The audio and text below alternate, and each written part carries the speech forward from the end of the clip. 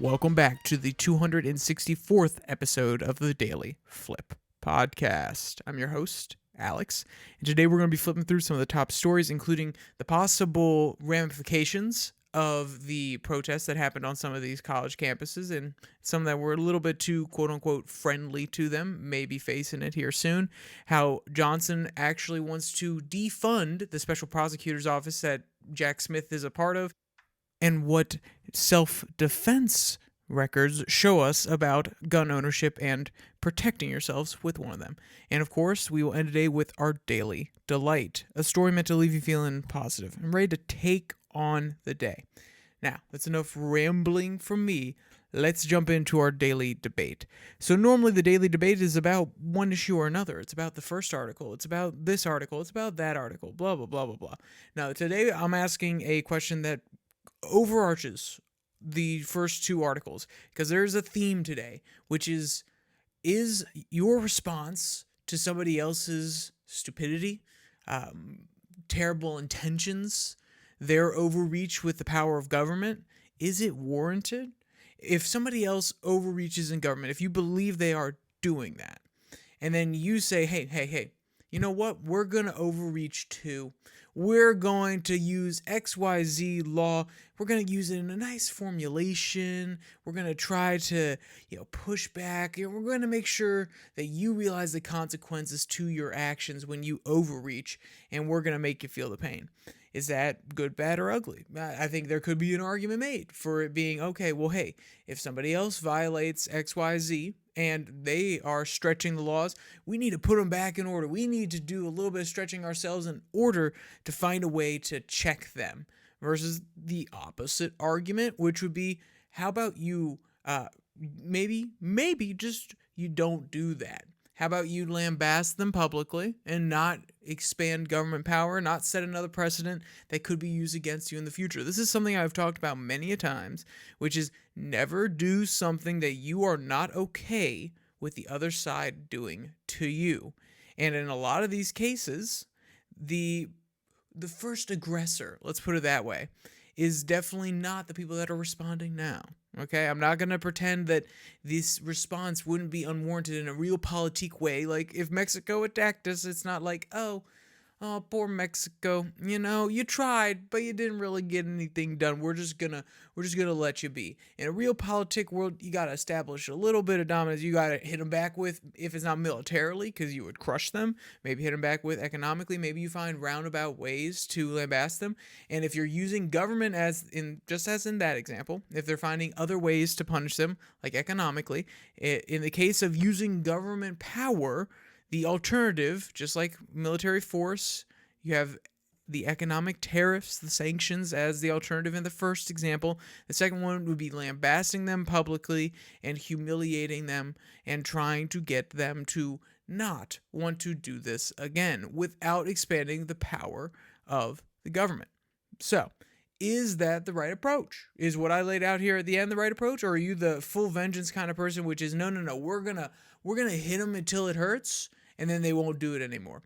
I think that there are plenty of middle ground perspectives, there's no doubt about that, but those are definitely the two main ones, and they underscore the current battle going on in these first two articles that we're talking about. So I want to jump to the first one, and it comes from the WashingtonExaminer.com, and the headline reads, "Making Occupation-Friendly Colleges Pay Dearly." Washington Examiner. So, the Washington Examiner, we know their bias already, and if you can tell, the occupation-friendly colleges, that is very specifically targeted language. Whether or not you think that these colleges are actually occupation-friendly, whether or not you agree with them conceding, because he's talking about Northwestern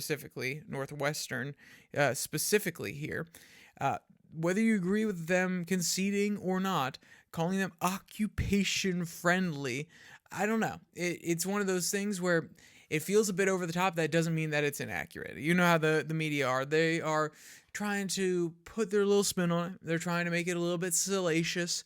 I would say making colleges who hosted these rallies, I don't know. Honestly, to get the title just right, that's why I don't do titles. That's not why I run the byline. I sit here and criticize everybody else. Yes, I'm fully aware of the irony. So let's just stop criticizing their title. Let's get into the article. Quote, after enabling an anti-Israel campus occupation, Northwestern University surrendered to its pro-Hamas students this month. A handful of scholarships and professorships for Palestine activities likely seemed a small price to pay to clean up the mess the administrators allowed students to make. But the leadership at Northwestern and other occupation-friendly universities have the dimmest idea of the price that they could end up paying for all this. An easy estimate, hundreds of millions of dollars. So they're laying it out here and saying, okay, they thought that they could just get off easy. They thought that they could just do this and nothing would come about from it. That they would get a little bit of negative media coverage and nothing would be no one would be the wiser. Oh yeah, we conceded in the background, but we put out a press release, but not everybody's gonna know about it. They know that we allowed these protests to go on, and whoa, we're so virtuous. I think that's how the author would probably describe it in a nice way and summarize what he was just getting at here. But then he explains how they can actually get charged these large sums of money. And if you don't know about this one, because I'll be honest, I did not know about this one. Little did I know it's actually been used within the last few months by the Biden administration, this precedent, this law, in order to actually extract some money from them as well. So, what is this? Quote, the little-known Clary Act requires universities with private police departments to post criminal reports within 48 hours on a blotter and maintain accurate annual crime statistics. The college must also report significant criminal incidents, as well as lesser crimes, such as intimidation and vandalism, with ethnic or religious identity as a motivating factor. Every violation of this law can cost a university about $70,000. So, what they're getting at here is, well, if it can come down to whether or not a certain action that could be considered vandalism, that could be considered intimidation, harassment, assault would probably fall underneath this category as well. If it has a religious motivation to it, if it's basically discriminating or at least categorizing somebody within a certain group and then calling that group bad, trying to do harm to that group, using terrible rhetoric towards that group, then the university has to file it a very specific way, and then if they don't, they can be fined. And the author's going on and he's saying, whoa, look, I mean, there was an incident not that long ago at the university where at a protest, someone who was Jewish tried to record a video and was pushed away. Now, is it very obvious that this person was Jewish? This person was a woman, so I don't believe that a woman has to wear a keffiyeh. Maybe she had a Star of David necklace around her neck. Maybe everybody knew she was a Jewish student from the beginning, but they don't actually indicate that. But she actually went to the police department. She reported the fact that they pushed her, and then the university filed it as something else, and I don't believe they indicated that it was a Clary Act related sort of incident. And then the author is basically saying, yeah, so guess what? We can actually say that we're going to charge him for that. And I'll use the very specific language that the author uses here. Quote, the Jewish student filed a report of the assault to Northwestern's police department. They recorded it as harassment, not assault. There is $70,000. So because they miscategorized it, that is $70,000, and because it's under the presumption that it was religious based. I don't know. I don't know for sure that the student was there and it was like, you know what? This person's Jewish, and it's not that they're getting in my way. It's not that they're trying to record me while I'm protesting, and I don't want all that online footage of me out there. No, it's because this person is doing all that and they're Jewish that I am going to push them out of the way. Because guess what? The Clary law right here says that it has to have when ethnic or religious identity was a motivating factor. And then also it has to cover the significant criminal incidences, intimidation, as well as vandalism. Those are all covered, but it has to have all of those. Those are, oh, well, yeah, no, we don't have to have any specific one, but all of them have to have a religious or ethnic identity element. So the question is this: is this too far? Is this an apt method to actually punish the universities? And the reason I ask that is because there has been a question on the right-hand aisle, and yes, this is being pushed by people who are on the right-hand side. How do we respond to this identity politics that people on the left play?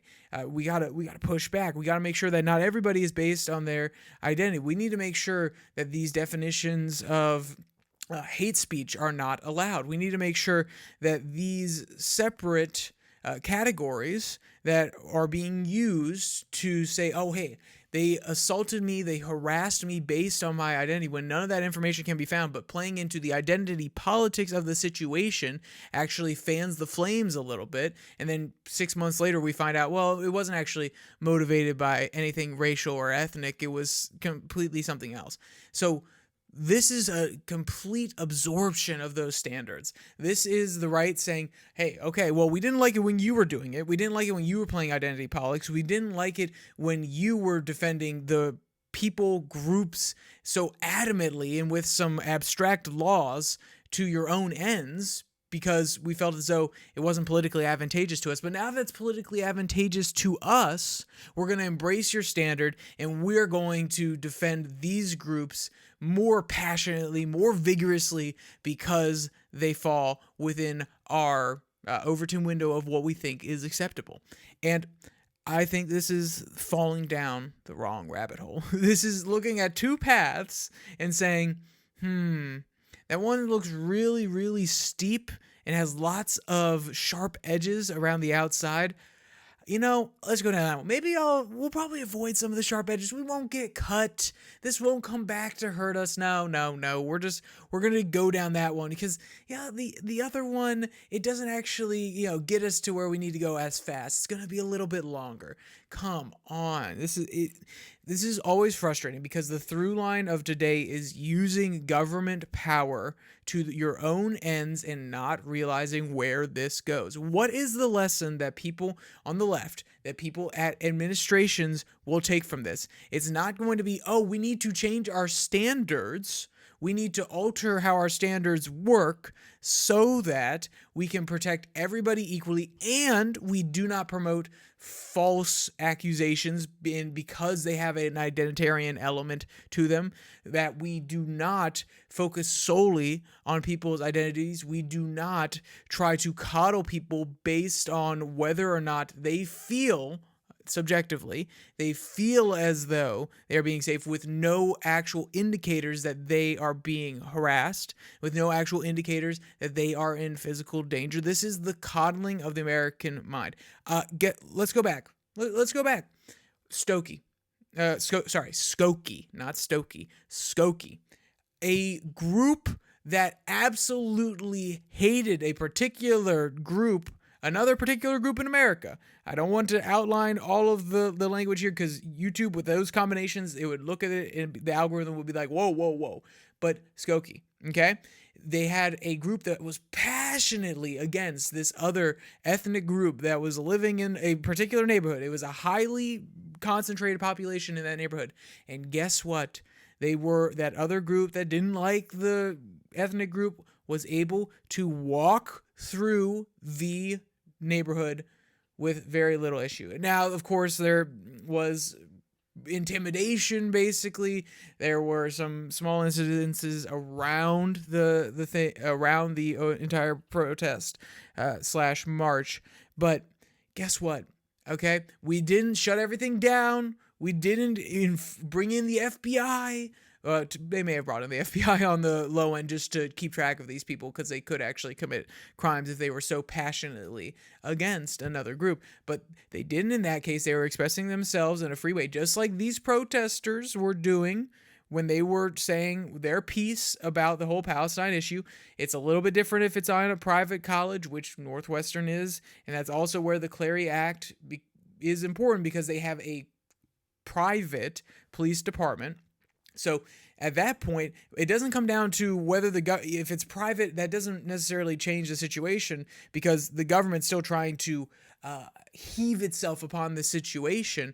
No. What you need to do is have consistent internal standards at that private college, and if the private college wants to enforce them, they can, and if they don't, okay, they're not going to. And in this case, they did not enforce their private policies of times, place, and manner, and they let the protests continue on. And whether you like that or not, whether you like what the protests are about, whether you agree with them or not, they should be allowed to do it. And if the university is not going to step in, then it is none of your business. And guess what? If you are going to try to use an obscure law, these levers of power, in order to force the university to take your side, you are wielding government power in order to limit other people's freedoms. Not only the university's freedoms, you're not only tying their hands, but you're also trying to limit the type of speech that people are allowed to express. And that is unacceptable. And I want to give the practical argument, besides the fact on the principled argument, that at a private university, let's be clear, they can actually censor. They can actually censor what you're allowed to say. Just like at a business, they're allowed to censor what you are allowed to say. The issue is when the government is coming in and using its tools in order to make it harder. At least, let's be clear, if they're they're not saying it in the law itself. They're not coming in and saying, okay, hey, with this law, we're going to stop XYZ speech. No. Okay? But they are saying that we want you to seriously look at your actions here when it relates to these certain types of protests. Much like how they would talk to Facebook, Twitter, and Instagram. Hey, well, we want you to take a deeper look at some of these posts and why you're allowing them, and look at your policy. It grows very, very close to the government telling these universities how they'll operate. And it's not just, in this case, it's not just saying, oh yeah, well, look at these policies. And, then Elizabeth Warren inside of one of the committee meetings say, hey, if you don't regulate yourselves, we'll regulate you. No. This is the opposite. This is saying, and if you don't actually look at some of these policies, and if we don't agree with you, we can actually leverage that $70,000 fine in all these different instances where you don't comply. So it is a way of government coming in and regulating speech. And do you want to set this standard? I ask this question all the time. This is the exact same thing with getting rid of the filibuster inside the Senate. This is the same thing with having a motion to vacate for the speaker. This is the same thing, XYZ, blah, blah, blah. It goes on and on for anything, any standard that is set up by one party who thinks it's politically advantageous. Every single time that someone breaks a standard, they believe that they will never lose again. That has to be the mentality, because when they break a standard and they say, I take that back. There could be the other mentality that, no, this is just politically expedient. But even then, they have the assumption that, no, hey, we'll continue to win. We can win the House if we get this new rule passed. We're breaking precedent, but it's okay. We're going to keep our majority for a long time, so it couldn't be used against us ever. This is a dangerous, dangerous game. And yes, like I mentioned, the Biden administration is already using this law. But do you want to continue that precedent? Do you want to come in and say, hey, no, we're going to keep using this precedent that the Biden administration used against not notoriously, that's a bad word, famously conservative colleges like Liberty University? Or maybe do you want to put some restrictions? Maybe do you want to stop using it in general? Maybe you condemn Biden's usage of the Clery Act overall, and then you say, hey, no, we're not going to do that. We're not going to come in and try to find these institutions into the ground, because we believe in institutional freedom, in institutional displacement, decentralization from the government. And whether or not we like how they go about their business, we're going to let them keep doing their business as they wish to do. And we always have to take the step back and ask, does feeding into the standards that the other side has created, not just breaking precedent, but when it comes to how they approach solving some of these issues, especially with identity politics really present in this example, is giving in and accepting their framework going to empower them, or is it going to make them think, oh, hey, no, we're wrong. Sometimes it can. Sometimes it awakens people and say, oh, now I see why that was wrong. But for the people who are just cynical and play the game, they'll say, hey, well, no, the precedent's still going. It wasn't just Joe Biden that did it. It was the next Republican president that continued to do it. And I fear more for the cynical actors who will exploit that opportunity anyway and continue using that policy anyway, versus our ability to convince the people who would be able to change their mind. I think that they are the people. We don't need to demonstrate it to them. If they could change their mind, it could be explained to them, and then we don't have to open up the doors for the political, cynical actors on either side of the aisle in order to take advantage of this new precedent. That's just my opinion, okay?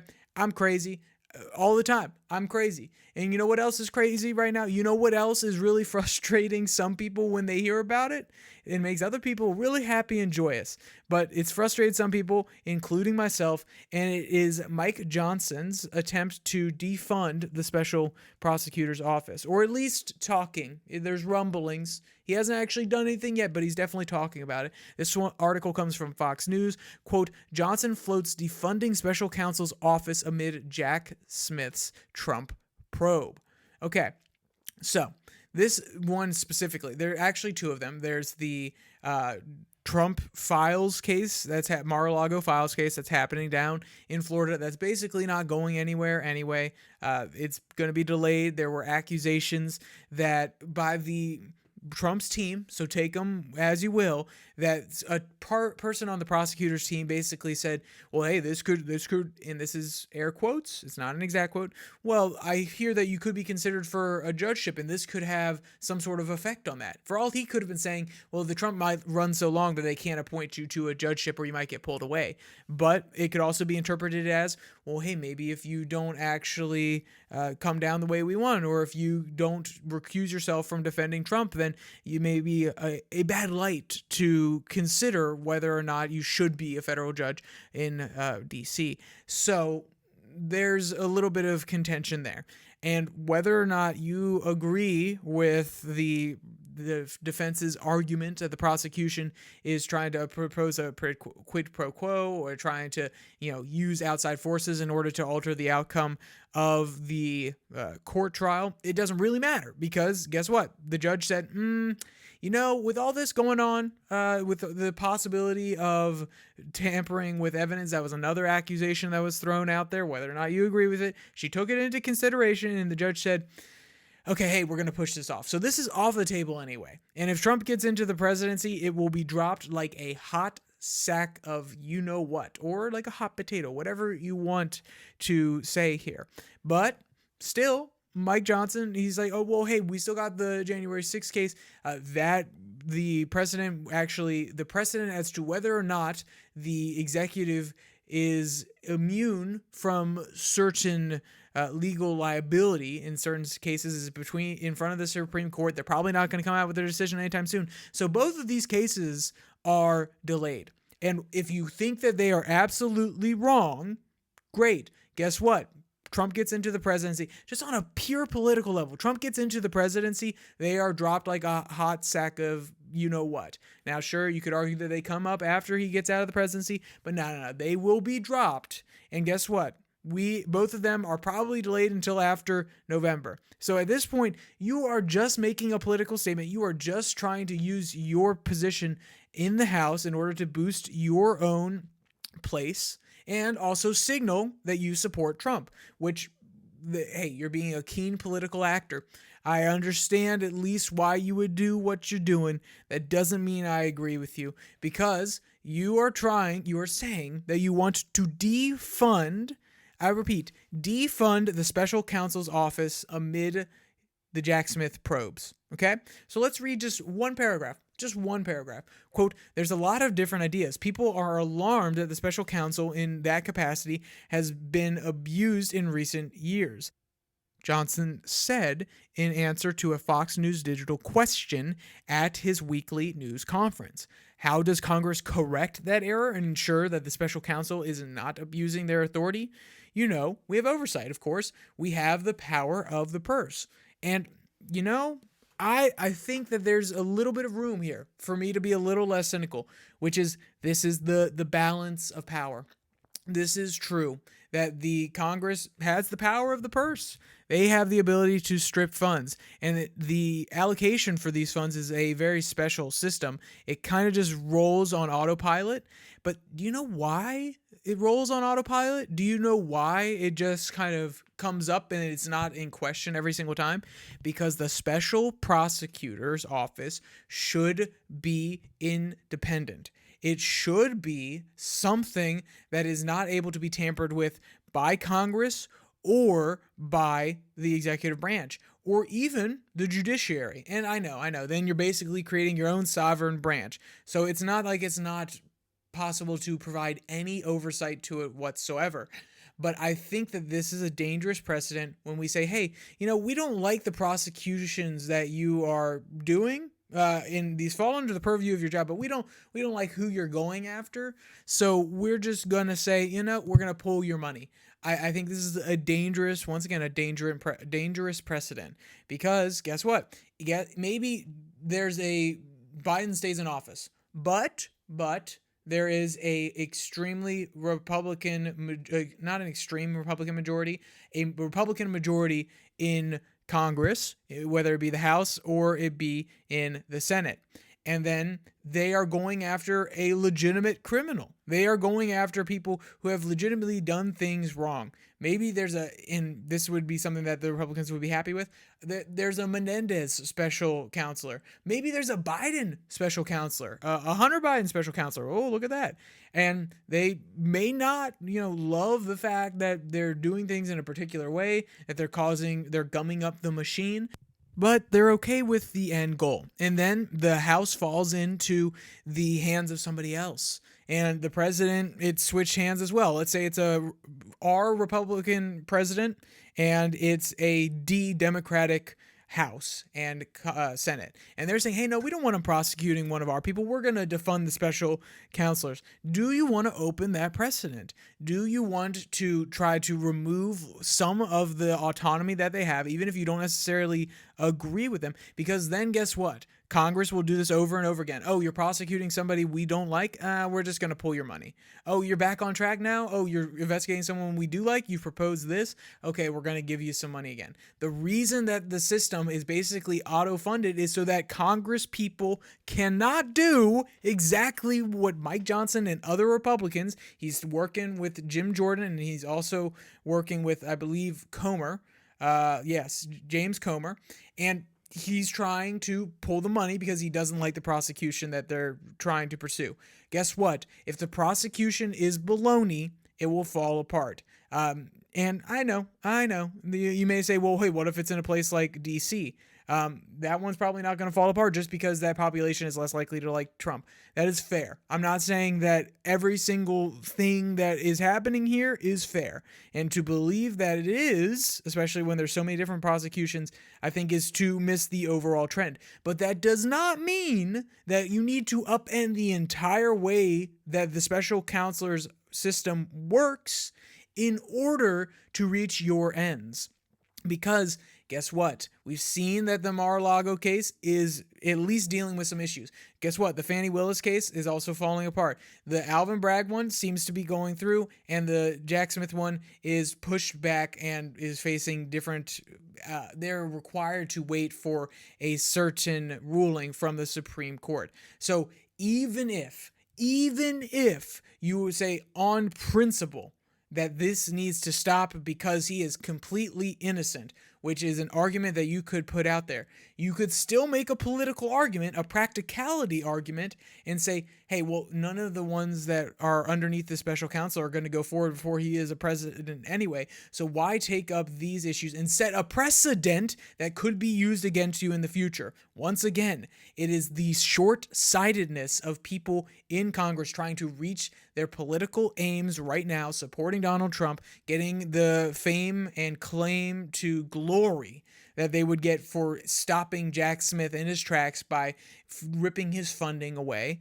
And maybe you should think about not just yourselves. Maybe you should not think about the 20 years implications. Maybe you should think about the 40-year implications. When somebody who is really bad, you may not like Biden right now, he is not the end of the world. And other people may not like Trump. I'll tell you now, he is not the end of the world, no matter what they believe.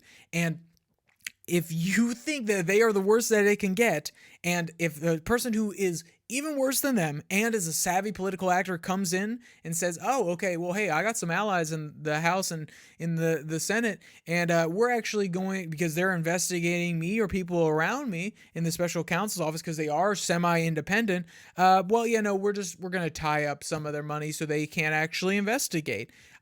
Don't ever open up the doors to corruption.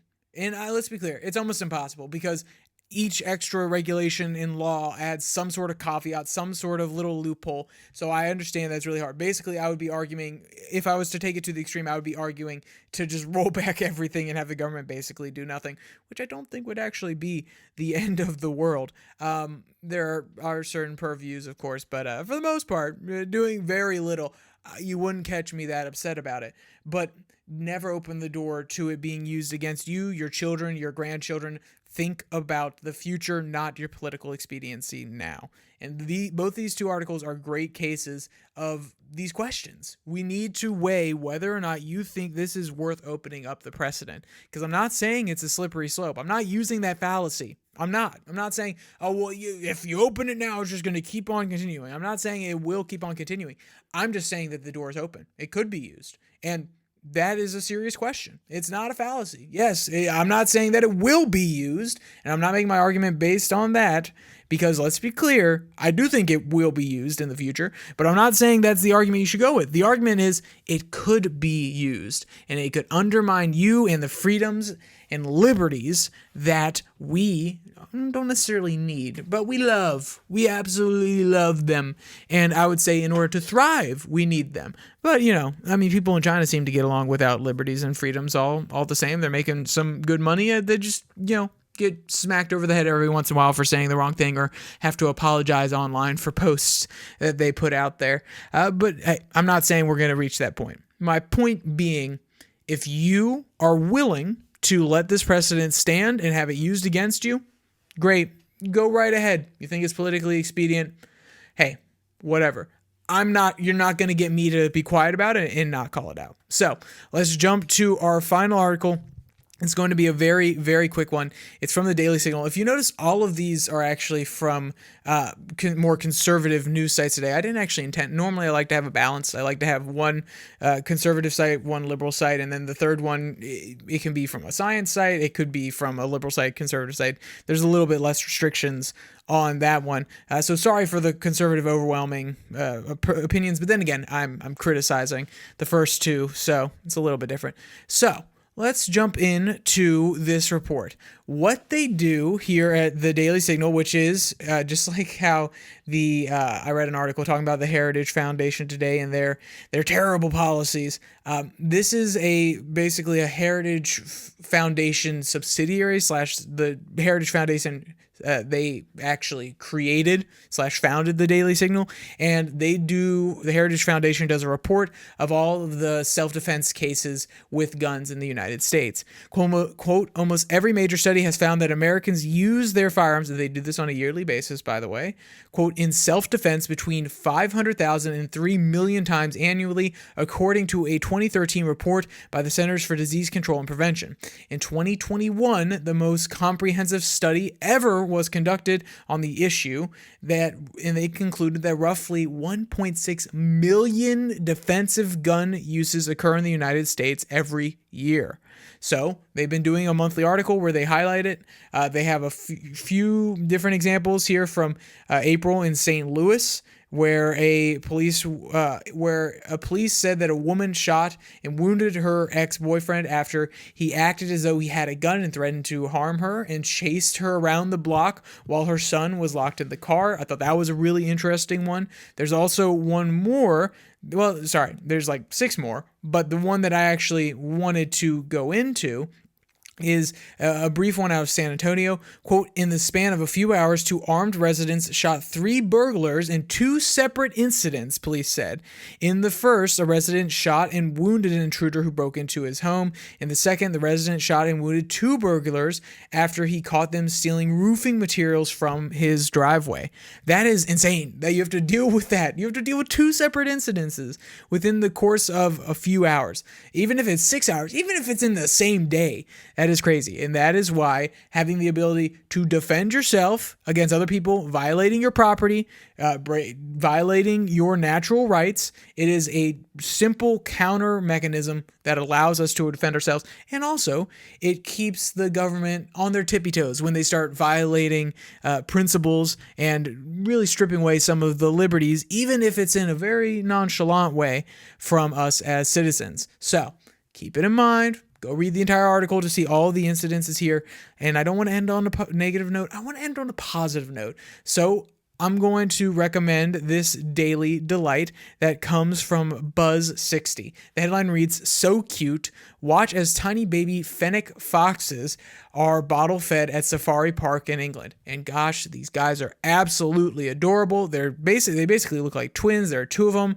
They're cuddling around. They are being raised by some good parents, and goodness gracious, they could probably hear me from here because those ears are massive, at least on the adult ones. So if you want to check out any of the articles from today, including the Daily Delight, there will be links in the description below that like and subscribe button. I have had to adjust it a little bit. I realized that the hyperlinks that I was embedding in the words is not going to work. So how I'm going to do it is I'm going to have the words, and then I am going to put the link after it. So it will say something to the effect of Fox News, link, Daily Beast, link, so on and so forth, so that we don't run into this issue where you can't actually go and find these articles.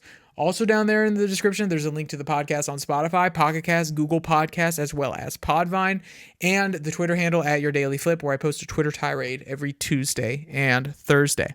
So with all that said, there's only one more thing to say. Stay safe. Don't die.